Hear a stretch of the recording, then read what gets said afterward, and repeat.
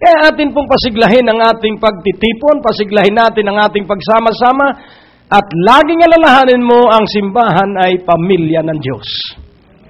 Ikaw at ako ay anak ng Diyos. Amen po ba?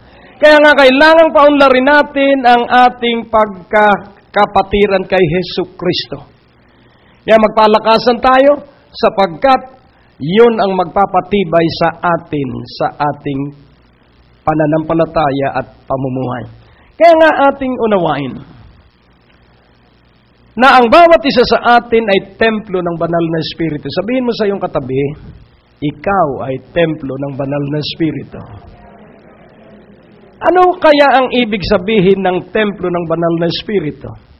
Tingnan natin sandali sa 1 Corinthians 3:19 o 3:16.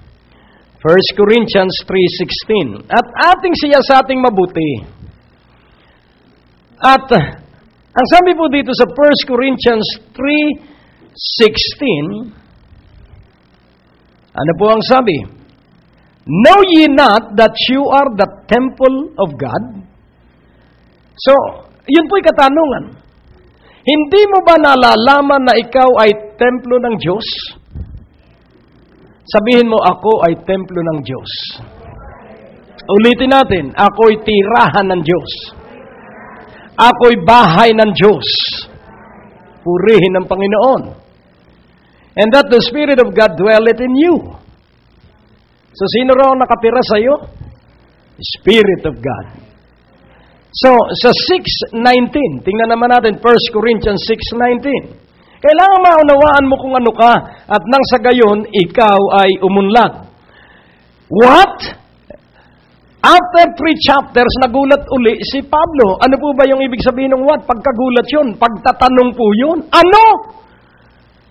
After 3 chapters, 3, 4, 5, 6. After 3 chapters, hindi pa rin nila alam na sila'y templo ng banal na Espiritu. What know ye not that your body is the temple of the Holy Ghost, which is in you, which you have of God, and you are not your own? Ano po ba ang problema ng mga Kristiyano sa Korinto? Sila'y nabubuhay na makasarili. Sila ay yung mga Kristiyanong do your own thing as you please. Which should not be the case. Kailangan pong ang simbahan ay nabubuhay na nagtutulungan. Kaya paunla rin ang ating kabuhayan kung ating gagawin ang pagtutulungan. Amen po ba? So what? Ano? Hindi mo ba nalalaman ang iyong katawan ay templo ng banal na Espiritu na nasa sayo? Ano po ang ibig sabihin ng iyong tanggapin na ang banal na Espiritu ay nasa sayo? Kapag naniwala ka pong ang Espiritu ng Diyos ay nasa sayo, nako, matindi po ang mangyayari sa iyong buhay. Ikaw po ay uunlad, ikaw po ay sisigla, ikaw po ay titibay, ikaw po ay tatatag. Dahil ang banal na Espiritu ang sasama sa iyo 24 hours a day. At ano ba ang gawain ng banal na Espiritu? Ituro sa iyo ang lahat ng katotohanan. At ano ba ang gawain ng banal na Espiritu? Pangunahan ka sa lahat ng katotohanan. Patibayin ka sa pamamagitan ng pagkatuto sa salita ng Diyos. So, ang banal na Espiritu magtuturo sa iyo. Ako'y nangangaral para hamunin ka na magtiwala sa banal na Espiritu. Sapagkat hindi sapat ang aking pangangaral. Kahit 4 hours a day tayo daily, hindi pa rin sapat yun sapagkat 24 oras ang ating buhay araw-araw. At atin pong unawain, nagulat si Pablo dahil hanggang sa chapter 6, hindi pa rin nila alam na sila ay templo ng banal na Espiritu. At yung sa huling katanungan, which you have of God, and you are not your own. So you are not your own. Hindi iyo ang iyong buhay. Purihin ang Panginoon. Kung hindi pala akin ang buhay ko, sino ang may-ari? Tingnan natin sa Ephesians 2:10. Kailangan 100% po na Word of God. Hindi hinaluan ng Word of men. Tingnan po natin kung sino ang may-ari sa bawat isa sa atin. At ang sabi po ng Ephesians 2:10, "For we are His workmanship, created in Christ Jesus unto good works, which God hath before ordained that we should walk in." So we are not our own. You are not your own. You are the property of Jesus Christ. We are all the property of God. Amen? So, as property of God, ano ang layunin na tayo nabubuhay? Revelation 4:11. Tingnan natin sa Revelation 4:11 kung bakit tayo nabubuhay. Kapag nalaman mong hindi pala sa iyo ang iyong buhay, at ang sabi ng Revelation 4:11, "Thou art worthy, O Lord, to receive glory and honor and power, for Thou hast created all things." Kasama po kaya tayo dun sa all things? Yes. "And for Thy pleasure they are and were created." Para daw saan ang kanyang mga nilikha? Sa kanyang kasiyahan. So maliwanag po na ang Diyos ay siyang-siya sa iyo. Dahil ikaw ay nilikha niya. Amen? So, nasisiyahan ang Diyos sa bawat isa sa atin. Ano man ang ating ugali, nasisiyahan ang Diyos dahil alam niya na di magtatagal at yung ugali natin magiging katulad nung kay Kristo na kanyang anak. Sapagkat tayo nagpapatuloy sa pagdalo sa pagtitipon ng magkakasama. Tuloy-tuloy na pagdalo. Tuloy-tuloy na pagdalo. At tuloy-tuloy na pakikinig ng salita ng Diyos. Alam mo, ang brainwashing po ay baguhin ang isipan ng isang tao. So, ang brainwashing po ang isang tao ilalagay sa isang napakadilim na lugar. At doon po siya gugutumin. At doon wala silang maririnig, kundi self-criticism. So, kailangang mawala ang isipan ng isang tao sa kanyang sarili. Ang brainwashing ay sirain ang isipang matino ng isang tao para palitan ng maling isipan.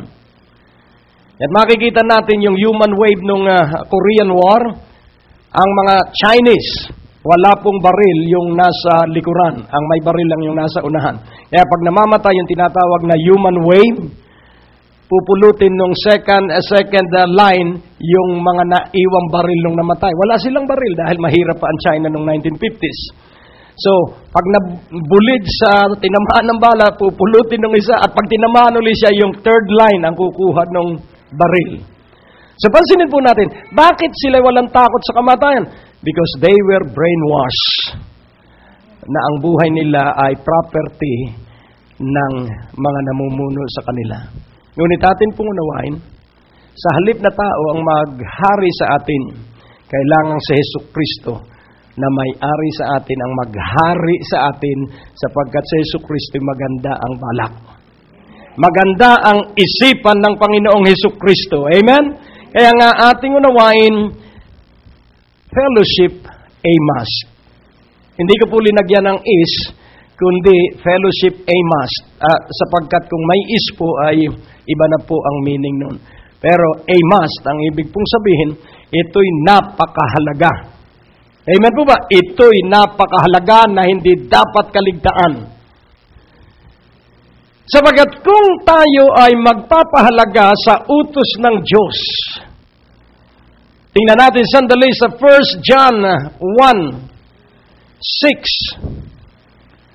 1 John 1:6. If we say that we have fellowship with Him and walk in darkness, we lie and do not the truths. So, ano po ba ang pamumuhay sa dilim? Alam mo po ba ang pamumuhay sa dilim? So, ang isang nakikisama sa Diyos ay dapat mamuhay sa liwanag. So, if we say that we have fellowship with Him and walk in darkness, we lie and do not the truths. So, ating siya sa atin, ano yung darkness? So, yung nasa kadiliman, hindi pwedeng makasama ng Diyos. Eh, sino ba yung nasa kadiliman? Sa 1 John 2:9, tingnan natin yung nasa kadiliman. 1 John 2:9. He that saith he is in the light and hateth his brother Meron ka bang kinamumuhian tao? So, siyasatin mong mabuti. Kapag may kinamumuhian kang tao, nasa dilim ka. Kailangan wala kang kinamumuhian na kahit sinong tao. He that saith he is in the light and hateth his brother is in darkness even until now. Ngayon natin pong unawain. Ang templo po ay pinatayo ng Diyos. Magkaroon tayo ng kaunting pag-aaral tungkol sa Temple of God. Ang templo po ay bahay ng Diyos at ito po ay nahahati sa tatlo: outer court, holy place, and holiest. Ito po ay santuario, ito po ay tabernacle. The sanctuary of God has a tabernacle. So, meron pong dalawang uri ng tabernakulo, sa holy place at sa holiest. At atin pong mapapansin na ang templo ng Diyos ay itinayo ng Diyos upang ang lahat ng mga Israelita once a year ay magkakatipon doon. At wala silang gagawin kundi hintayin ang pagpapala ng Diyos for 1 year. Once a year, nagkakatipon sila. At yun pong Psalms 120 hanggang Psalms 133, tinawag po yun na Songs of Ascent. Songs of Ascent. So yun po ay awit ng mga naglalakbay once a year patungong Jerusalem. Kung iisipin po natin, ang dinaraanan nila ay kasukalan dahil wala namang lansangan nung araw. So yun po, it is a must for them to attend the worship service once a year.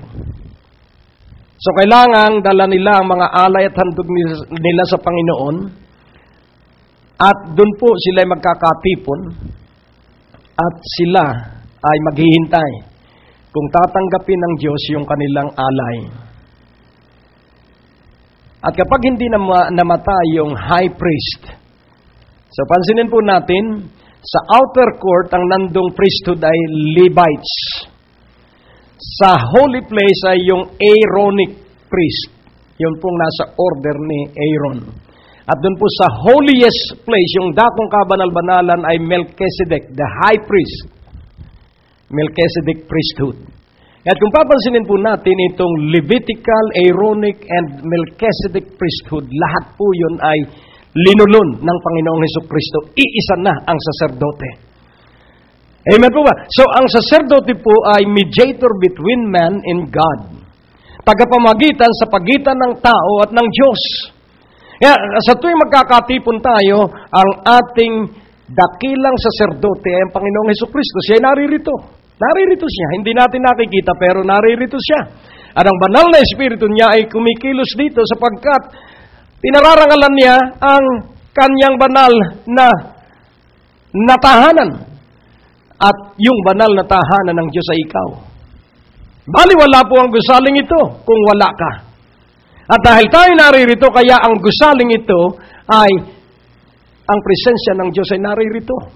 Kaya makaasa ka, nabibigyan ka ng karunungan ng Diyos sapagkat ang katapat ng iyong suliranin ay wisdom from above.